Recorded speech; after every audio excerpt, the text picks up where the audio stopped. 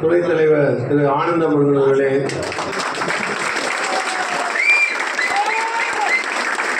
திரு AKP Varadarajan அவர்களே,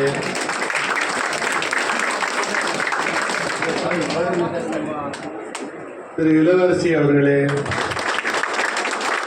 திரு முத்தமிழ்ச்செல்வன் அவர்களே, திரு ரமேஷ் அவர்களே,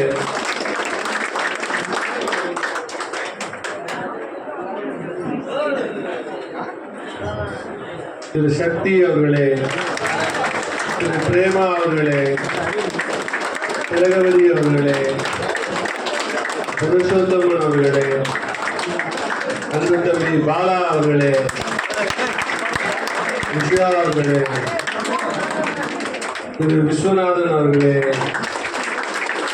திரு கோபிநாத் அவர்களே, திரு ராஜி மகளிரணி அவர்களே, திரு லதா அவர்களே, திரு சேவியர் அவர்களே, எல்லாரையும் சொல்லிட்டேன், ஒருத்தர் பேரை சொல்லல.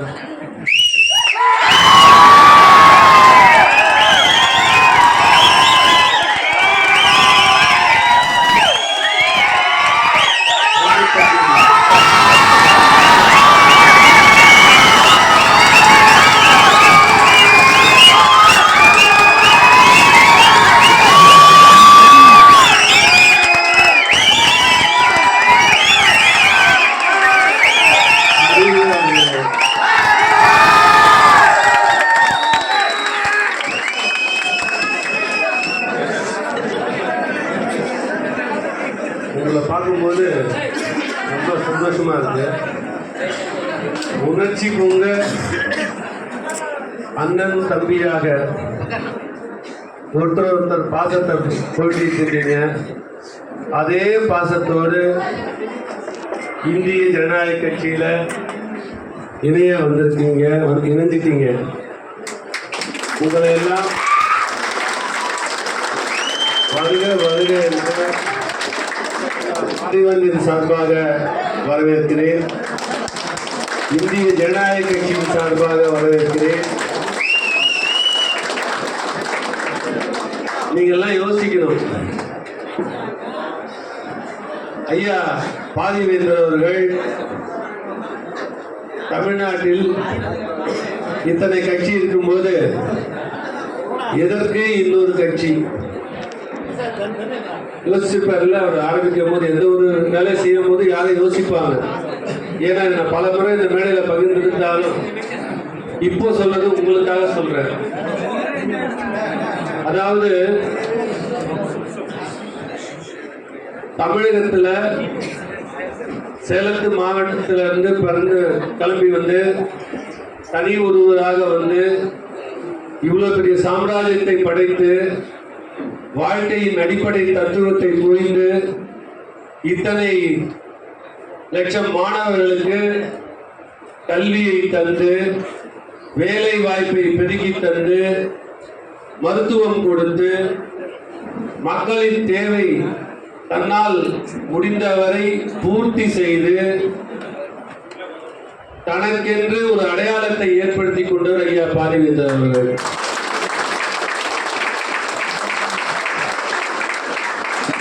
சரி, இதெல்லாம் பண்ணிட்டோம். ஐயா அவர்கள் இதெல்லாம் பண்ணிட்டாரு. தனக்கு தேவையானது கிடைச்சிருச்சு. வாழ்க்கையில நமக்கு இனிமேல் தேவையானது ஒன்லி என்ஜாய்மெண்ட். ஏன்னா எல்லாருக்கும் ரிட்டையர்மெண்ட்னு ஒன்று வரும். அந்த மாதிரி எண்ணத்துல என்னைக்குமே ஐயா அவர்கள் நினைச்சதில்லை. நம்ம வாழ்நாள் பூரா ஆசிரியராக இருந்து எப்படி பல லட்சம் மாணவர்களை உருவாக்கணுமோ அந்த மாணவர்கள் வெளியில வரும்போது அரசியல் என்பது தீண்டத்தகாததாக இருக்கு, கஷ்டமா இருக்கு, எனக்கு சரியில்லைன்ற மாதிரி நிறைய பேர் ஃபீல் பண்ணிட்டு இருந்த காலங்கள் உண்டு. அப்போ எல்லாம் சொல்லுவாங்க அரசியல்னா ஒரு சாக்கடை, இந்த சாக்கடையில வந்து நம்ம எப்படி இருக்கிறதுன்னு. அப்படி இல்லை. எல்லாரும் அப்படி சொன்னா என்ன, நம்ம ஒரு உதாரணமா இருக்கணும், ஒரு நல்ல கட்சியை உருவாக்கணும்.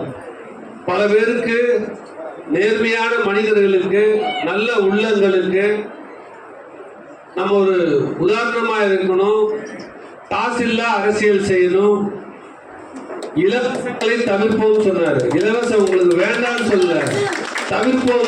எதற்குன்னா, எது ஒண்ணு இலவசமா கிடைக்குதுங்கிறத விட நம்ம பொருளை நம்ம நினைக்கிற பைக்கு, நீங்களா இளைஞர்கள், உங்களுக்கு நான் ஒரு பைக் வாங்கி கொடுத்தா என் சாய்ஸ்க்கு வாங்கி கொடுப்பேன். ஆனால் உங்களால் வாங்க முடிந்தால் உங்கள் சாய்ஸுக்கு உங்களுக்கு பிடிச்ச மாடல செலக்ட் பண்ணிக்குவீங்க. அதுதான் ஐயாவுடைய எண்ணம்.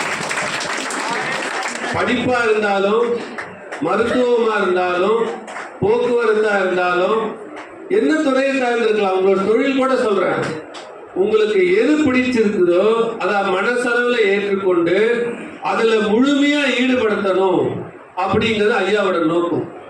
அரசியல் வந்தா பணம் வேணும்னு ஒரு காலத்துல இன்னைக்கு இருக்குது. அந்த பணத்தை இல்லாத ஒரு அரசியல். முதல்ல ஐயா சொல்லுவாங்க எப்பவுமே, உன் குடும்பத்தை பாரு. உன் குடும்பத்தை, நீ ஒரு குடும்பத்தை பார்த்துட்டு உன்னுடைய பகுதி நேர அரசியல் செய்யுங்கன்னு சொல்லுவாங்க. அதனாலதான் 14 வருஷம் ஒரு ஆசிரியர் எப்படி கட்சி வளர்க்கறது எப்படி சொல்றாருன்னா, உன் மேல எந்த பிரச்சனையும் வந்துடக்கூடாது, கட்சியினால உனக்கு எந்த நெகட்டிவ் இருக்கக்கூடாது, உன் மனைவி மக்களை பார்க்காம இருக்கக்கூடாது, உன் தாய் தகப்பனை பார்க்காம இருக்கக்கூடாது. அதே சமயம் பிறந்த நீ பூமியில பிறந்து இந்த தமிழ்நாட்டு மண் வளங்களை அனுபவித்த எல்லா சுகங்களையும் நம்ம இந்த தமிழ்நாட்டில இருந்து பெற்றிருக்கோம். நானே அரசியலுக்கு வந்ததுக்கு காரணம் ஐயா தான். இல்லைன்னா நான் வரமாட்டேன்னு தான் சொல்றேன், உண்மையே சொல்றேன். நான் கேட்டேன், என்ன ஒரு நாள் என் ஆபீஸ்ல வந்து உட்கார்ந்துட்டு இருந்தார் ஐயா. நான் வந்து கூடவே இருப்பேன். நான் அப்பா நீங்க சொல்றதெல்லாம் செய்யறேன், எனக்கு இந்த அரசியல்லாம் ஒத்து வராதுப்பா, நம்ம ஏன்பா அரசியலுக்கு போகணும், நம்ம வந்து இன்னைக்கு ஒரு நிறுவனத்தை உருவாக்கி இருக்கோம், எவ்வளவு பெரிய இது வச்சிருக்கோம், இன்ஸ்டிடியூஷன்ஸ் எல்லாம், நம்ம அதை பார்த்துக்கிட்டு இருப்போம், நமக்கு தேவையில்லாத வேலை இல்லை. அப்பதான் சொன்னாரு, கண்ணு தான் கூடுவாரு, நீ வந்து நினைக்கிறது தப்பு, அப்படி கிடையாது, பணம் மட்டும் வாழ்க்கையில சோறு போட்டுறாரு, மக்களோட மக்களா கலந்து அவங்க உள்ள பார்த்துக்குவாங்க, அவங்களுக்கு தேவையான செஞ்சு கொடு. நீ ஒரு சின்ன அளவுல ஒரு இன்ஸ்டிடியூஷனை வச்சு இவ்வளவு செய்ய முடியுதுன்னா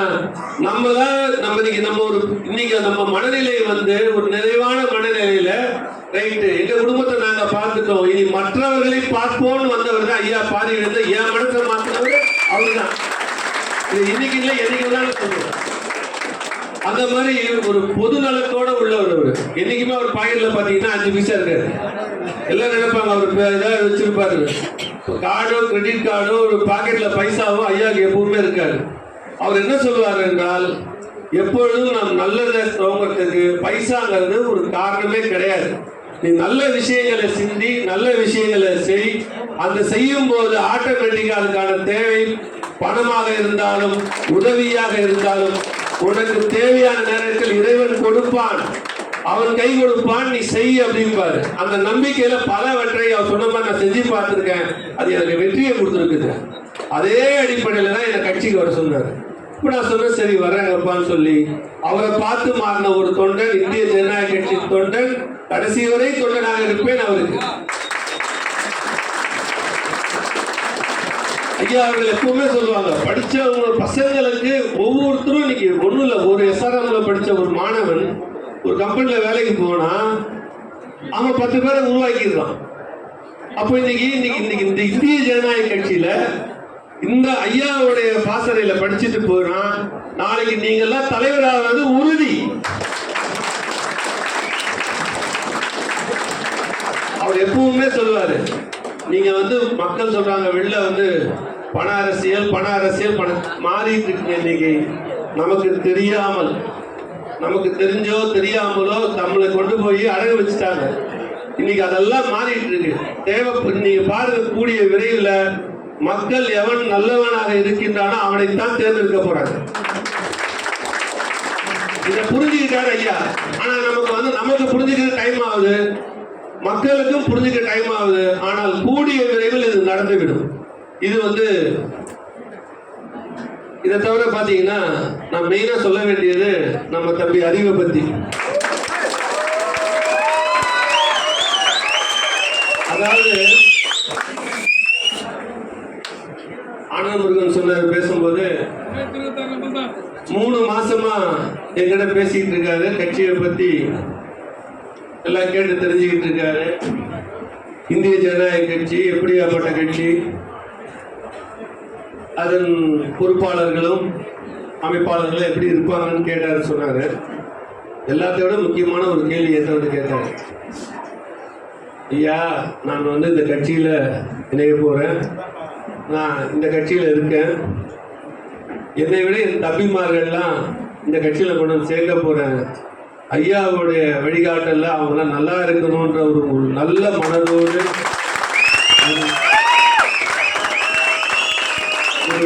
அவருக்குள்ள ஒரு வேகம் தெரிஞ்சது.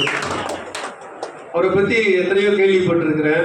அது சூழ்நிலை காரணமாக நடந்ததாக தான் நான் நினைக்கிறேன். அவர் ஒரு நல்ல மனம் படைத்தவர்.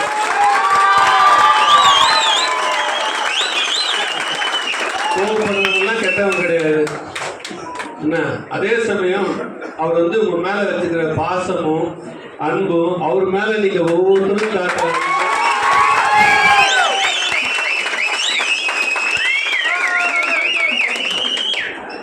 அவர் வந்து அதை பார்க்கும்போது நானும் உங்களோடு இணைந்ததிலே மகிழ்ச்சி அடைகிறேன்.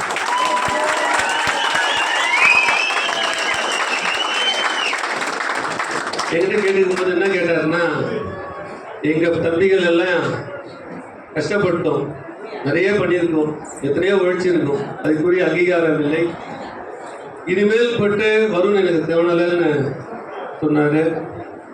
இந்திய ஜனநாயக கட்சி சார்பாக நான் உங்களுக்கெல்லாம் சொல்றது என்னன்னா, நியாயமாகவும் நேர்மையாகவும் உழைச்சேன்னா கண்டிப்பாக நமக்கு வெற்றி பெறுவது உறுதி. பல பேர்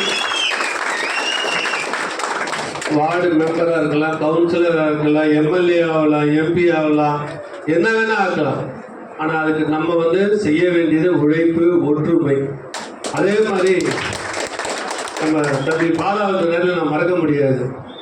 இந்திய ஜனநாயக கட்சியில் சேர்ந்து சிறப்பாக அந்த மாவட்டத்தை வழிநடத்திட்டு வர்றாரு. இப்போ பாலாவது கரங்களும் தம்பி அறிவின் கரங்களும் சேரும் போது தமிழகத்தை சேர்த்து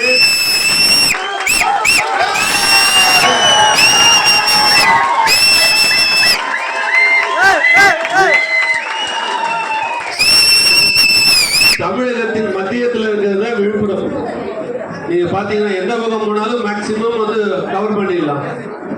ஸ்ட்ராங்கா இருந்தீங்கன்னா நாம் எதையும் வென்று காட்டலாம். அந்த ஒரு சூழ்நிலை கண்டிப்பா கூடிய விரைவில் வருது. உங்களுக்கும் சொன்னார் பேசும்போது எமோஷனலா, எங்க வீட்டுல சாப்பிட்டனோ இல்லையோ, உங்க வீட்டுல சாப்பிட்டது அதிகம். இப்ப அவரு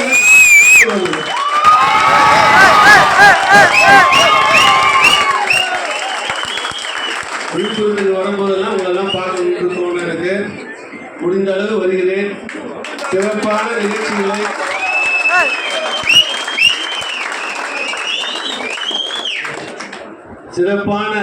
நிகழ்ச்சிகளை ஏற்பாடு செய்யுங்கள். அது மட்டும் இல்ல, அரசியல் என்பது ஏதோ பொறுப்புக்கு வந்துதான் நீங்க எல்லாம் செய்யணும்னு கிடையாது. இப்பவே நீங்க பொறுப்புக்கு வந்த மாதிரி தான். உங்கள் மாவட்டத்தில் உள்ள கலெக்டரேட்ல இருக்கின்ற பிரச்சனைகள் எதுவாக இருந்தாலும், கல்வி உதவிகள் இருந்தாலும், மருத்துவ உதவிகள் எது வேண்டும்னாலும் நீங்க மாவட்ட தலைவர் தம்பி பாலாகிட்டியும் நான் அறிவுகிட்டையும் சொல்றேன், நீங்க அந்தந்த ஸ்கூல்ல இருக்கிற பிரின்சிபாலை போய் பார்த்து ஒரு சால்வை போடுங்க. கல்லூரிகள்ல அந்த கல்லூரி முதல்வரை போட்டு ஒரு சால்வை போடுங்க. கலெக்டரேட் போய் ஒரு சால்வை போடுங்க. எஸ்பி டிஎஸ்பி போய் ஒரு சால்வை போடுங்க. எல்லாரும் எதிர்பார்க்கறது பணம் கிடையாது, மரியாதை. நம்ம எல்லாரையும் மரியாதையை நடத்தணும்னாலே அந்த மரியாதை நமக்கு திருப்பி கொடுப்பாங்க. நம்ம எப்படி நம்ம திமிரா பார்த்தோம்னா அவன் திமிரா பார்ப்போம். நீங்க அன்பா பார்த்தா திரும்பி அன்பா பார்ப்பாங்க. அப்போ அரசாங்க அதிகாரிகள் அப்படிதான். அவங்க எந்த கட்சி ஆண்டாலும் ஒன்றும் பிரச்சனை இல்லை.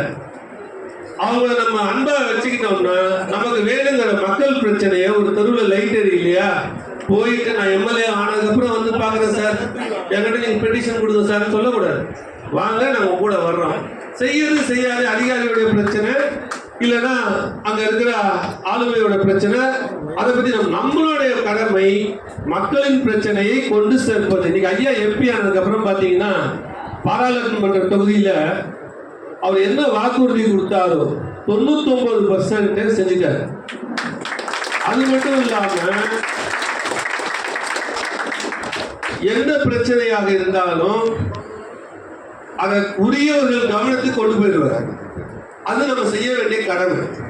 அப்போ நான் என்னை பொறுத்த வரைக்கும் ஒவ்வொரு மாவட்டத்தில் இருக்கக்கூடிய தலைவர்கள் அவங்க அந்த பிரின்சிபல் காலேஜில் இருக்கிற எதுக்கு சொல்றேன்னா, நீங்க போயிட்டு வந்திருக்க அறிவு வந்திருக்காங்க ஐயா, நான் எங்க இந்திய ஜனநாயக கட்சியில் ஐயாவோட கட்சியில் இணைஞ்சிருக்கிறேன், இதுக்கு முன்னாடி நான் உங்களை எப்படி பேசுறது தெரியாது, இனிமேல் நான் அன்பா பேசுவேன், அன்பா நடத்துவேன் அப்படின்னு சொல்லிட்டு ஒரு சாலையை போட்டு ஒரு 4 சீட்டு கொடுங்க, 4 சீட்டு கொடுத்து 5 சீட்டு கொடுங்க. அப்போ விழுப்புரம் மாவட்டத்தில் எத்தனை காலேஜ் இருக்கு நீங்களே கணக்கு போட்டுருங்க, பள்ளிகள்லேயே அதே மாதிரி போட்டுருங்க.